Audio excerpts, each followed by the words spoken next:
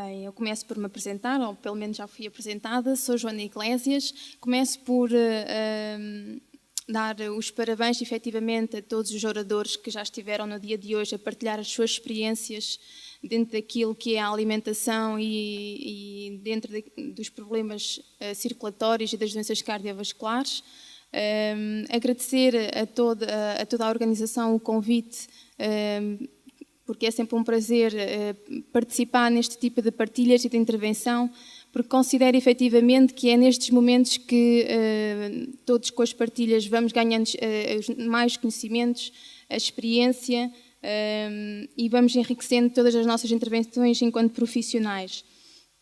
A nível das questões das doenças cardiovasculares, considero principalmente, e esta é a minha forma de estar, o equilíbrio entre aquilo que são a medicina convencional, daquilo que eu utilizo da minha formação da base da enfermagem, e aquilo que a medicina convencional integrativa, a naturopatia e a fitoterapia nos vai complementando naquilo que é uma intervenção fundamentalmente preventiva das doenças cardiovasculares. E aqui temos que ter sempre, e esta é a minha forma de estar a nível da saúde, uma perspectiva de mudar um bocadinho o paradigma com que pensamos estas questões.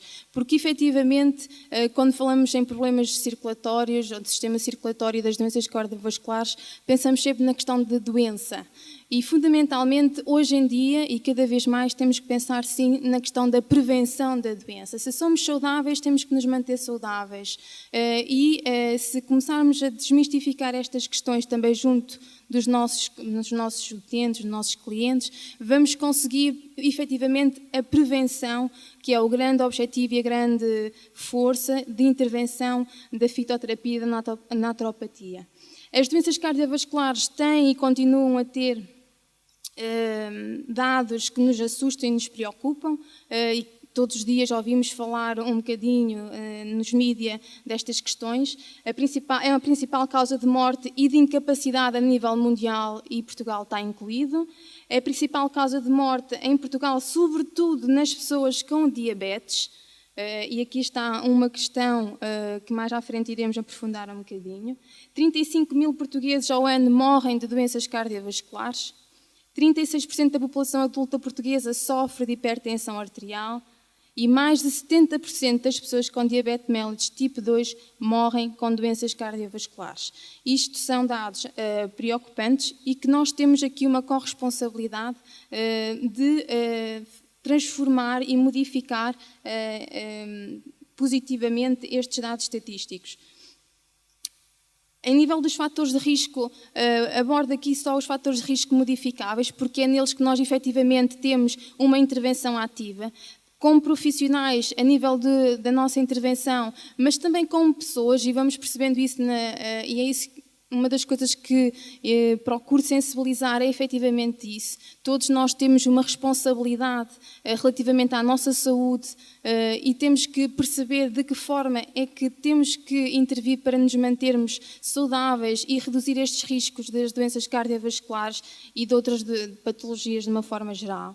Como fatores de risco modificáveis, temos a tensão arterial, as dislipidémias, a questão da alimentação inadequada, que aparece como fator de risco, mas vamos perceber que, efetivamente, é só um fator de risco ou ela é um motor e uma alavanca que interfere aqui com todos os outros fatores de risco e deixa de ser um fator de risco, mas algo que, efetivamente, por si só, influencia uma data de situações de reequilíbrio orgânico. A diabetes mellitus, os hábitos tabágicos, os excessos de peso e obesidade, o sedentarismo e o stress. A diabetes mellitus é um fator por si só de risco independente para as doenças cardiovasculares.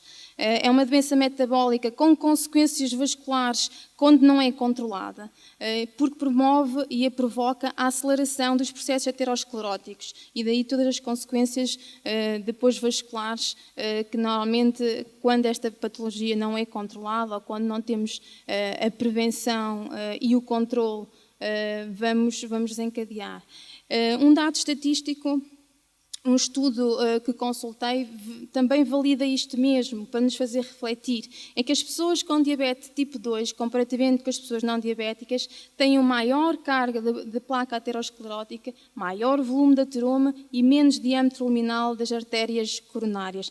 Obviamente que o risco, principalmente de acidentes vasculares, vai aumentar. Existe uma relação linear entre a hemoglobina glicada e as doenças macrovasculares. Por cada aumento de 1% desta hemoglobina glicada, aumenta o risco para eventos adversos cardiovasculares entre 11% e 16%. Grande parte dos internamentos, ou maioritariamente dos internamentos a nível das patologias cardiovasculares, referenciado pela Fundação da Cardiologia, eles evidenciam que, nos últimos anos, os maiores internamentos fazem-se efetivamente associados à diabetes e associada às doenças cardiovasculares. Portanto, é uma questão que nós temos que intervir e vamos perceber então como é que nós podemos intervir nestas situações. Temos que intervir sempre num foco e numa perspectiva de uma saúde preventiva. Cada vez mais é importante desmistificarmos esta questão de que ouvimos falar de hábitos e estilos de vida saudáveis, mas a questão que eu coloco sempre é que, então, como é que nós vamos tornar estas questões práticas? Como é que nós, no nosso dia-a-dia, vamos desmistificar estas questões e colocá-las efetivamente em prática? Através, efetivamente, dos novos hábitos alimentares. E aqui, na minha forma de analisar, existe um paradigma da dieta mediterrânica. Cada vez mais, e refletia isso há pouco tempo, com alguns colegas, que a alimentação mediterrânica, onde estamos enraizados, efetivamente, e consumida e confeccionada de uma forma como os nossos avós, por exemplo, consumiam, não pode ser adotada efetivamente pela população dos tempos atuais. As nossas carências nutricionais, o nosso estilo de vida, o nosso ritmo de vida, a própria composição dos alimentos, a questão dos solos, tudo isso vai influenciar este tipo de alimentação. E vai influenciar, e nós temos que modificar um bocadinho este paradigma junto das pessoas, porque dizermos que temos uma alimentação equilibrada e adequada, ok, mas o que é que isso significa? Como é que eu coloco isso em prática? Eu como sopa, ok, mas o que é que leva à minha sopa? Qual é a composição dela? Leva a diversidade de vegetais e de legumes adequada? Ou leva excesso de batata e eu não substituí a batata por outros legumes ou vegetais que nutricionalmente e em termos de aportes nutricionais seja equilibrado e possa ser substituto, sem eu ter que entrar em determinados alimentos que me vão aumentar estes riscos. A questão, por exemplo, muitas das vezes que eu tenho encontrado junto dos meus pacientes e partilho convosco aquilo que é a minha prática clínica, é que efetivamente uma das questões que nós temos que modificar principalmente nesta questão dos hábitos alimentares é a questão do pequeno almoço.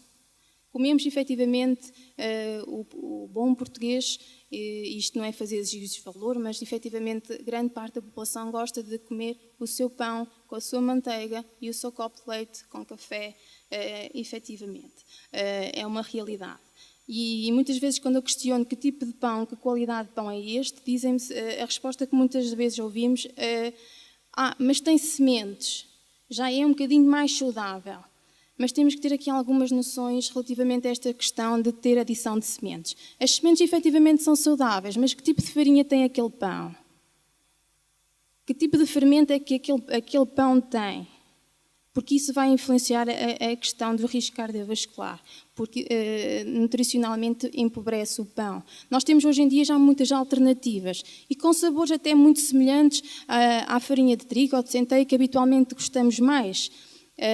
Temos efetivamente já farinhas de quinoa, de aveia, de alfarroba para quem gosta do sabor, portanto já temos uma diversidade, é uma questão de ousarmos experimentar para sabermos efetivamente se gostamos. E apercebemos-nos na realidade, porque depois os comentários que os clientes depois vão fazendo é efetivamente este. Olha, gostei daquele pão e efetivamente notei-me com mais energia, menos fadiga ao longo do meu dia, mais saciada, e isto são questões que partem de nós nos atrevermos a fazer uma confecção dos alimentos de uma forma diferenciada. Outra questão que normalmente também interfere muito, e volto a reforçar, na questão do pequeno almoço, porque é a principal refeição, é a primeira refeição que nós fazemos no nosso dia. E se ela não tiver aporte energético, se ela não for saciante, e se nós tivermos a ingerir a questão dos açúcares logo desde o pequeno almoço, vamos andar, primeiro de tudo, com as questões das flutuações, para quem é diabético, mas quem não é também as tem, embora sem grande sintomatologia, dos picos das glicémias, dos açúcares que andam em circulação. Temos os picos de humor, mediante estes picos de glicémias também temos os nossos picos de humor, e não tem a ver com o nosso bem-estar ou com a nossa rotina do dia-a-dia. Tem a ver muito, e já há alguns estudos que evidenciam, principalmente agora nas crianças, que a agitação, muitas das vezes, que elas têm a nível de escolas, que são rotuladas de hiperatividades, têm a ver com estas questões alimentares, o excesso de açúcares que as crianças ingerem logo desde o pequeno almoço, comem logo um croissant comem croissants, não comem um bolo com leite com chocolate, e depois ao meio da manhã é outra vez um bolical ou outro doce associado, e estas questões vão influenciar negativamente o comportamento, a concentração, a memória, a energia que nós temos ao longo do dia. E então, quando tenho um cliente que me aborda relativamente a estas questões alimentares, ou quando sou eu a ter esse tipo de intervenção, acabo sempre por criar um objetivo que tem que ser, que é muito simples, e que temos que começar a falar da alimentação desta forma. Não é possível nós fazermos mudanças de comportamento se nós quisermos mudar a nossa alimentação toda nas várias refeições que nós fazemos ao longo do dia. Temos que criar objetivos a nós próprios e às pessoas que nos abordam relativamente a isso. Começar por refeições fracionadas. A intervenção a nível do pequeno almoço, depois a nível dos snacks ou das refeições de meio da manhã e meio da tarde, e depois a intervenção nas refeições principais. Porque só assim, integrando gradativamente, é o sucesso, conseguimos fazer a tal mudança, a adoção da rotina sem dificuldades, porque o nosso dia-a-dia também não nos permite efetivamente demorarmos muito tempo na cozinha a fazer as nossas refeições, darmos aos nossos clientes as próprias receitas e as estratégias como eles podem adequar este tipo de alimentação ao seu ritmo e estilo de vida. E penso que a nossa estratégia tem que ser muito mais interventiva e objetivada. Só assim vamos conseguir efetivamente tornar prático e tornar real esta ideologia e correta de que temos que ter novos hábitos e estilos de vida saudáveis. Outra questão é as novas rotinas preventivas. E à frente já vão perceber um bocadinho o que é que eu quero dizer com isto das novas rotinas preventivas. Uma delas é aquilo que nós estamos a fazer aqui, é virmos conhecer, perceber, adquirir conhecimento, porque só com conhecimento é que nós conseguimos fazer qualquer tipo de mudança na nossa vida, a mudança de atitude. Depois percebemos como é que eu posso intervir para ter esta saúde preventiva, porque eu, efetivamente, tenho que ter uma responsabilidade, uma proatividade dentro daquilo que é o meu processo de saúde. Depois, efetivamente, a questão dos fitoterápicos e da suplementação, que nos vêm ajudar e que temos estado a falar muitas vezes. Temos estado a falar, e penso que durante a manhã, eu peço desculpa que não tive, mas pelas temáticas vi que já foram abordadas algumas questões nesse sentido. E, efetivamente, os fitoterápicos e a suplementação são cada vez mais necessários nós termos presentes. Não é porque nós temos que estar a tomar sempre alguma coisa, mas pensem nisto, se nós temos cada vez mais poluição, se cada vez são utilizados mais químicos a nível dos nossos solos, se cada vez temos nutricionalmente as terras mais empobrecidas, os próprios alimentos nutricionalmente vão ser mais pobres. E mesmo que eu tenha uma alimentação equilibrada, adequada, variada, colorida, rica nos vegetais, nos legumes, nas frutas, diversificando tudo o que vem na tabela de alimentos, na roda dos alimentos, eu tenho que ter esta consciência que posso ter alguma carência, algum desequilíbrio, porque efetivamente não é por si só suficiente hoje em dia nós fazermos este tipo de alimentação. Tá Bem? E temos que recorrer àquilo que é o mais natural, que vem também da nossa essência, da nossa origem, da terra, mas que está controlado para nós tomarmos nas doses adequadas àquilo que nós carenciamos. A nível da alimentação, já fui falando um bocadinho, penso que efetivamente é o grande foco e é a grande preocupação que todos nós devemos ter para prevenir estas doenças cardiovasculares e para prevenirmos qualquer tipo de patologia de uma forma geral. A nossa alimentação tem muita influência a nível do nosso funcionamento orgânico, do nosso reequilíbrio e do equilíbrio do funcionamento dos nossos diversos órgãos. E, efetivamente, inclusivamente, e vejam como eles também já vêm ao encontro daquilo que nós também vamos falando, que a alimentação, cada vez mais adequada, também reduz as doenças cardiovasculares. Portanto, aqui não estamos a falar de fármacos, não estamos a falar da medicina convencional. A prevenção cabe-nos a nós. Nós temos um grande papel nesse sentido e então temos que o exercer. Depois a outra questão é dos superalimentos. É um estilo de vida saudável, na minha opinião. Grande parte das pessoas ainda tem alguma dificuldade em perceber porque é que nós precisamos destes superalimentos na nossa alimentação.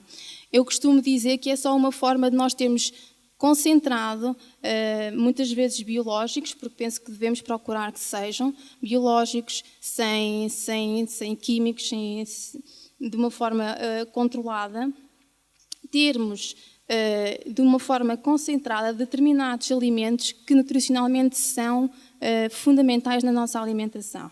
Falámos da diabetes e trouxe-vos aqui 2 exemplos que eu acho que são importantes na questão dos açúcares e que nós podemos utilizar porque são hipoglicemiantes e podemos usá-lo no nosso dia-a-dia, inclusivamente quando queremos fazer se não queremos comprar as bolachinhas que tanto gostamos de comer, então vamos fazê-las em casa e podemos utilizar os cereais e podemos utilizar as sementes e por que não também utilizar um açúcar hipoglicemiante para que nós estejamos aqui a ter um controle destes açúcares e das glicémias da glicose a nível do sangue.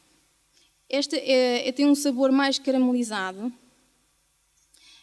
E normalmente eu gosto de referir os sabores e tenho por hábito, inclusivamente todos os superalimentos que tenho na minha clínica, abro, dou a experimentar ao cliente, porque efetivamente ele tem, e principalmente é uma característica também das pessoas diabéticas, quando eles vão às consultas eles estão habituados a terem apenas restrições. Não pode, mas ninguém diz efetivamente o que é que pode e como é que deve confeccionar e qual é a estratégia para não passar a fome. Porque, efetivamente, o que as pessoas dizem é que depois têm fome e começam a pensar, é tal fome emocional, naquele docinho e naquela comida que gostam tanto e que toda a gente lhe diz que elas não podem comer e costuma-se dizer que aquilo que é proibido acaba por ser o mais apetecido. Mas dentro daquilo que são a alimentação saudável e equilibrada, nós podemos ter prazer de igual forma a comer, com vários sabores. Basta percebermos como é que nós podemos ativar esses sabores dos alimentos. Um destes é esta questão do açúcar hipoglicemiante do coco. Ouvimos a falar hoje em dia muito do coco, o óleo de coco, a farinha de coco.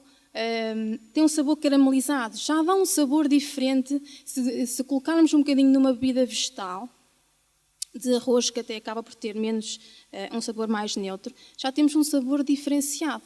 E não estamos a prejudicar em nada a nossa questão da saúde nem do risco cardiovascular. Outro açúcar é o açúcar da bétula, por exemplo, que tem um sabor muito semelhante à sacarose que habitualmente as pessoas mais consomem ainda hoje em dia. Mas tem aqui algo que eu chamo a atenção e que faz muita diferença. Também vou conferenciar, também para irmos relaxando aqui um bocadinho, que o meu marido, desculpa marido, mas tenho que trazer sempre aqui um bocadinho à baila, porque ele, embora não saiba, é sempre a minha cobaia. Sempre que surge alguma coisa que eu quero experimentar, ele, sem saber muitas das vezes, acaba por estar sujeito a isso. Uma das questões foi efetivamente esta questão dos açúcares, porque ele é um apaixonado por doces, mesmo a própria fruta, os morangos que nós gostamos de comer, não é? Bem suculentos e gostamos daqueles que até nos têm um sabor mais adocicado e assim, são biológicos, têm aqui um sabor à água, um sabor característico dos morangos, mas o meu marido mesmo assim gosta sempre de lhe juntar o açúcar. E então, quando começámos a adquirir estes açúcares hipoglicemiantes, comecei a substituir. Como ele, por vezes, não vai à cozinha, não é ele que cozinha, nem marido, por vezes também é, mas outras vezes acabamos por ir rodando um bocadinho essas atividades. Tem a ver também com a igualdade, não é? Da equidade, que agora se fala muito por aí, da partilha de tarefas. E, efetivamente, este açúcar, voltando aqui à nossa temática, é um açúcar que não se nota nada a diferença da sacarose, em termos de sabor. Mas a verdade é que ele tem um índice glicémico de 7, quando a sacarose tem de 64. Vejam a grande diferença entre aqui os níveis glicémicos. E, efetivamente, conseguimos facilmente substituir, sem notar mudanças drásticas nos sabores. Outra questão que nós ouvimos falar e que muitas vezes não sabemos como adequar ou adicionar à nossa alimentação é a questão das sementes. Quando é que eu vou comer sementes? A que horas é que eu vou comer sementes? A que refeições? Como é que eu as utilizo? Utilizo-as em grão? Utilizo-as moídas em pó? A questão das sementes é uma questão interessante. E porquê é que nós devemos comer sementes? Não é porque é moda, é porque efetivamente elas têm que ter benefícios para nós. Este estudo, que foi divulgado pela Fundação Portuguesa de Cardiologia, ele evidencia efetivamente isso. Um estudo que foi feito relativamente ao consumo da proteína, de carne, de nozes e de sementes, especificamente nas proteínas, eles especificaram as das nozes e das sementes, e verificaram estes resultados. Verificaram que 2.260 mortes por doenças cardiovasculares num período médio de 9,4 anos. Pessoas com elevado consumo de proteína animal têm um aumento de risco cardiovascular de 60%. E que as pessoas que ingeriam a proteína, obviamente que dentro daquilo que era o seu padrão alimentar, mas adicionaram as nozes e as sementes, diminuíram esse risco cardiovascular em 40%. Isto são dados significativos e que nos fazem, na minha opinião, pelo menos ter a curiosidade de vir a experimentar a utilização e a integração destes alimentos ou destes superalimentos na nossa alimentação. Tem sabor a noz, as sementes de cânhamo. Normalmente eu aconselho a não comprar inteira, comprar em pó, porque se comprarmos em inteira, elas têm uma forma redonda de bola e nós não sabemos muito bem como é que vamos utilizar aquilo. Mas se vier em pó, sabemos perfeitamente que eles normalmente dizem a dose adequada para adulto e basta utilizar uma colher de chá ou uma colher de sobremesa e adicionar, está bem? É a forma mais simples. Outra coisa muito interessante é que estas sementes são todas ricas em ômega 3. E os ômega 3 têm, efetivamente, uma importância na prevenção da aterosclerose, na formação das placas de ateroma, na questão das dislipidémias, porque muitas das vezes o que nós ouvimos dizer é: estou a fazer uma dieta porque o meu médico disse-me que eu tinha fiz análise e tenho o colesterol e os triglicerídeos elevadíssimos.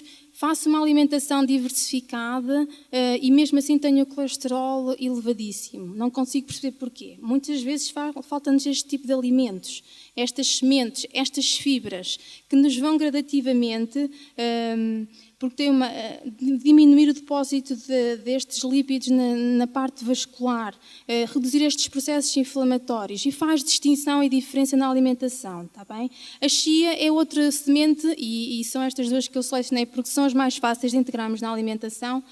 Se deixarem numa bebida vegetal de um dia para o outro, por exemplo, para tomar ao pequeno almoço, ficam com uma bebida cremosa, gelatinosa, muito agradável e saciadora, está bem? Experimentem, porque normalmente até as crianças, quando nós temos até as obstipações e dificuldades na regulação intestinal nas crianças, é uma das formas que nós temos de prazerosa de lhes dar a comer este tipo de sementes, está bem? Para além do grande benefício que elas também têm, de uma forma global, na redução então do colesterol e da saciedade.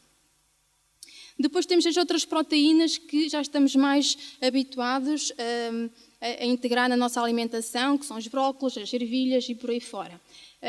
Queria só falar aqui um bocadinho destas, e trouxe estas duas, porque nutricionalmente podia trazer o espinafre, que nutricionalmente em termos de proteína vegetal é que tem mais propriedade em termos de proteína, mas aqui o meu grande desafio é efetivamente passar esta mensagem. Estamos habituados, e se pensarmos um bocadinho na nossa alimentação principal, em comermos apenas um tipo de legumes, ou cozemos o feijão verde, por exemplo, para acompanhar a carne ou o peixe, e juntamos um bocadinho de arroz ou de feijão, mas nunca juntamos mais do que um vegetal, verdade? Não é verdade? Mas porquê? É esta a questão que eu normalmente conheço. Lá está a tal questão que nós temos que entrar nas rotinas. O ideal para que a nossa alimentação seja de qualidade é nós termos um prato colorido.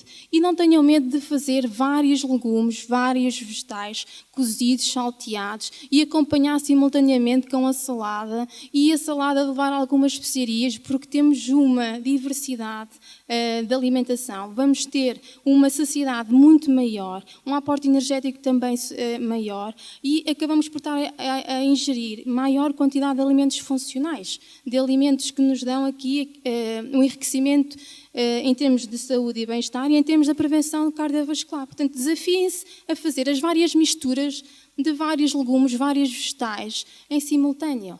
Tem uma cenoura ralada, tem uns brócolos cozidos a vapor, também podem fazer a couve, depois associar a couve branca ou couve-flor. Diversifiquem-se, está bem? Juntem as leguminosas, que também têm um aporte também muito rico e também são proteínas vegetais.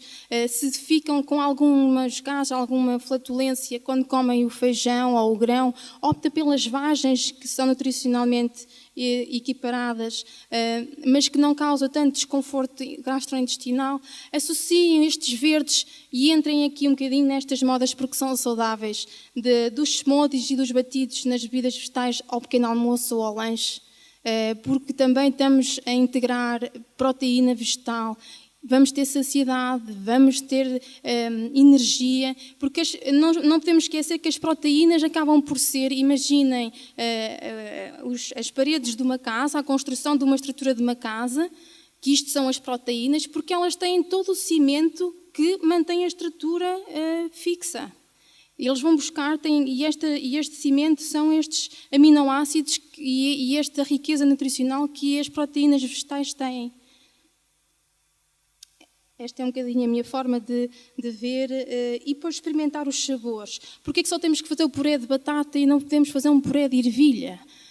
A juntar-lhe um bocadinho de sumo de limão ou hortelã ou a gosto.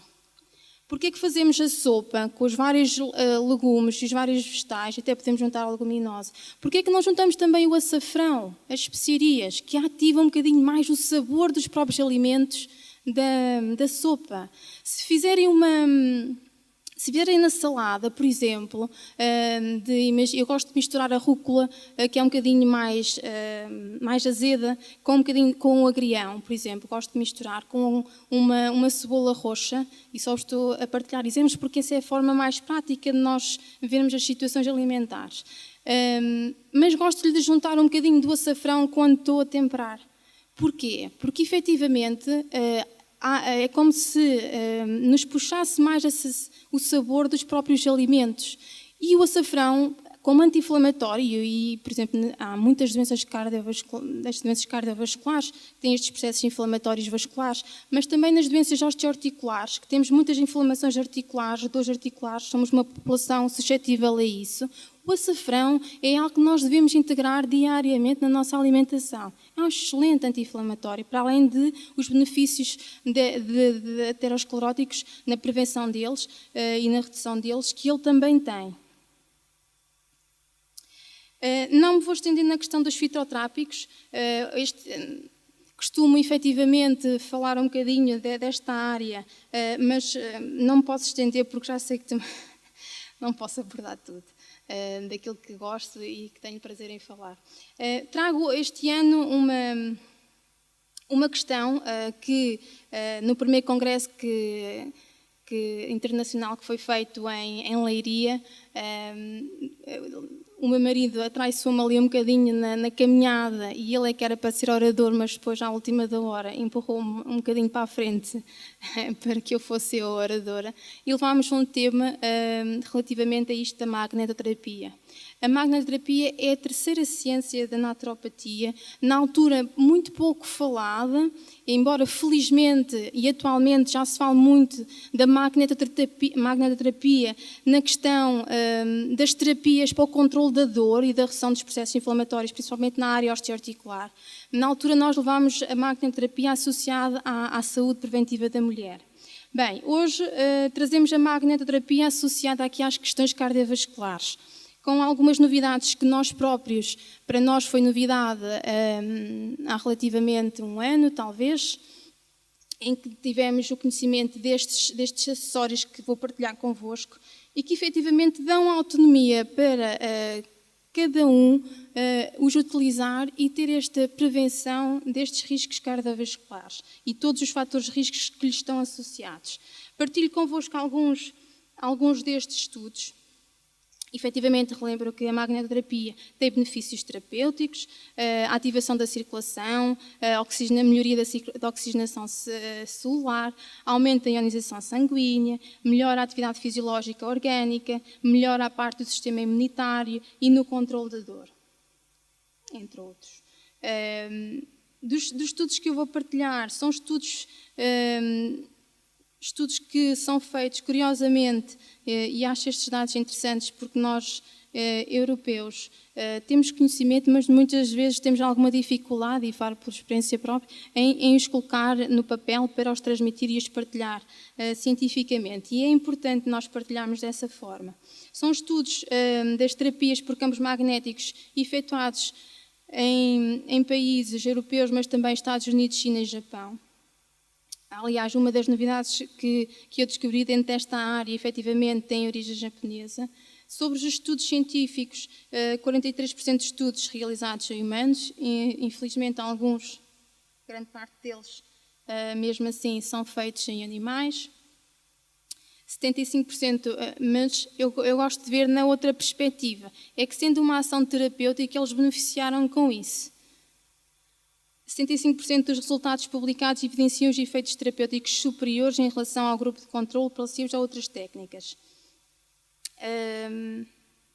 A nível da magnetoterapia, evidenciaram efetivamente a atividade fisiológica das células, em que o efeito induzido é biológico, os sistemas endógenos do organismo são estimulados a superar os processos patológicos específicos. Portanto, em questão de cientificamente comprovar a redução dos níveis da glicose em circulação sanguínea através da utilização da magnetoterapia.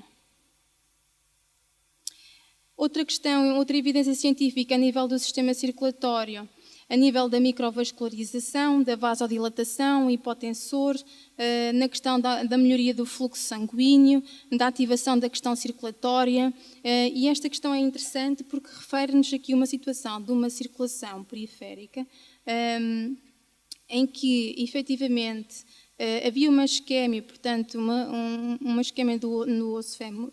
E, efetivamente, quando sujeito a estes campos magnéticos, durante 3 semanas, verificou-se que melhorámos o fluxo sanguíneo, ativamos a circulação sanguínea no fémur e ainda houve a regeneração óssea daquela lesão. Portanto, temos aqui um grande poder deste magnetismo.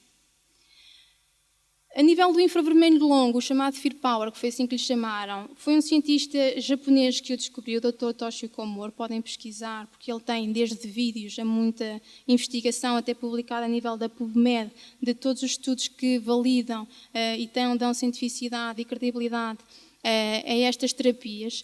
Ele, efetivamente, criou aquilo que é o infravermelho longo sintético e conseguiu recriá-lo aquilo que ele chama de catalisador da luz, que, em contato com o corpo humano, emite todas as ondas eletromagnéticas semelhantes aos raios infravermelhos longos do Sol, do início da manhã e do início e do fim do dia.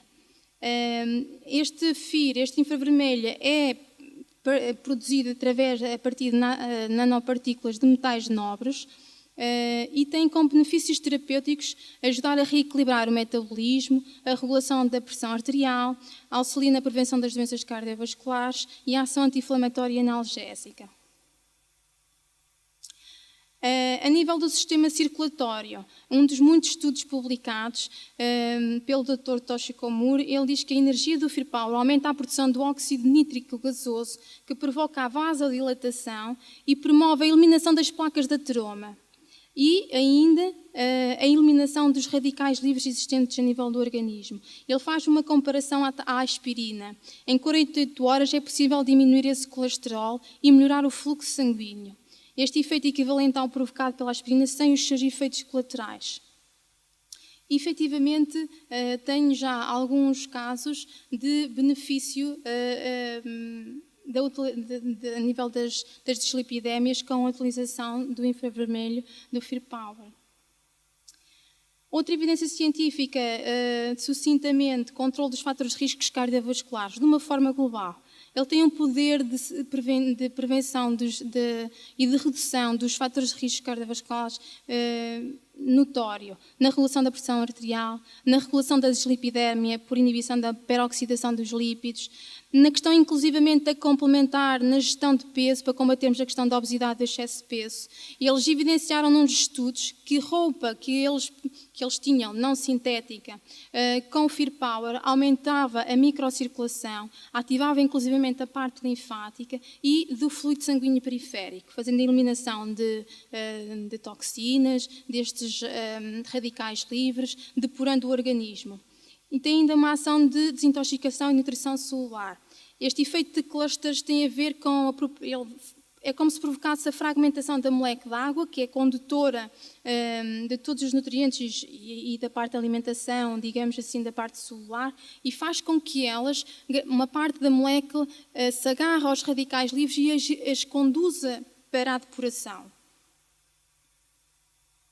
Dou-vos um exemplo aqui do material utilizado. Portanto, este senhor, todo este material de magnetoterapia, há bocado eu falava nas rotinas terapêuticas e, efetivamente, ele cria um material que os profissionais podem ter nas suas clínicas como terapia e têm também estes materiais que, da minha forma de pensar, foi o que mais me satisfez, foi que criaram determinados acessórios que permitem à pessoa, no seu dia-a-dia, ter uma ação contínua da terapia iniciada em clínica e, efetivamente, uma prevenção das doenças cardiovasculares e globais e têm permanentemente uma questão de reequilíbrio orgânico. Portanto, isto, efetivamente, é uma inovação. Ainda um bocadinho, há muito ceticismo ainda dentro destas áreas, mas, efetivamente, os resultados começam a falar por si. Esta é uma pulseira que pode ser utilizada. Efetivamente, ela tem aquilo que vocês veem a branco é o infravermelho longo e aquilo que vocês veem a preto é o magnetismo, os magnetos.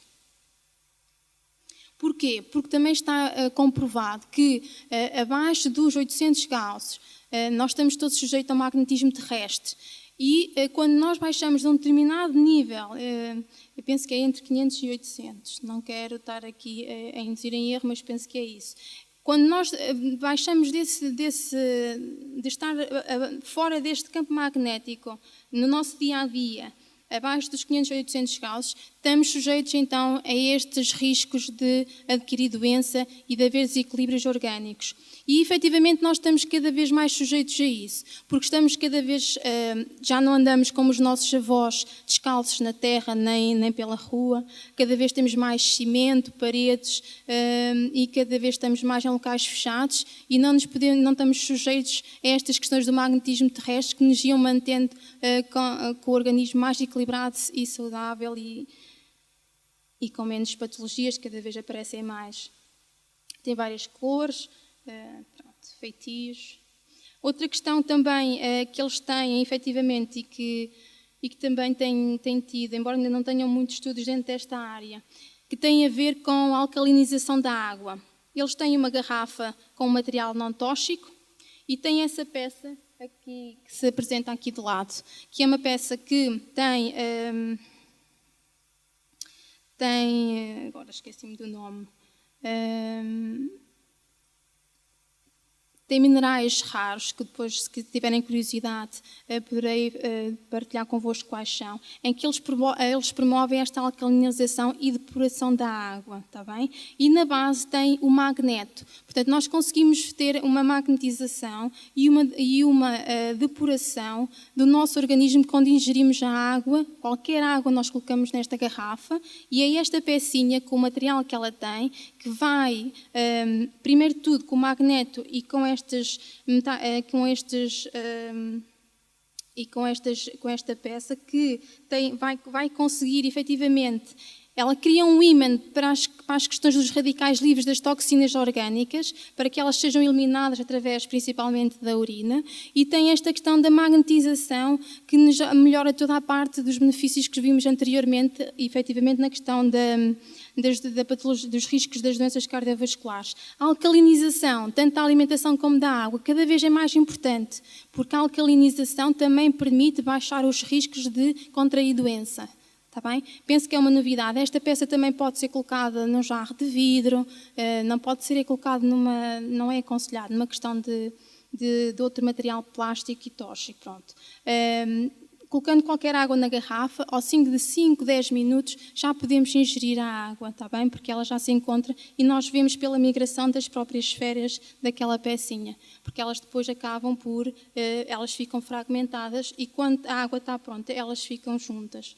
E é uma forma de nós também identificarmos, efetivamente, que está a água preparada para nós ingerirmos. Obrigada, efetivamente, por este momento, e que termino dizendo que cuidar do homem com a natureza torna-nos efetivamente mais saudável. Obrigada.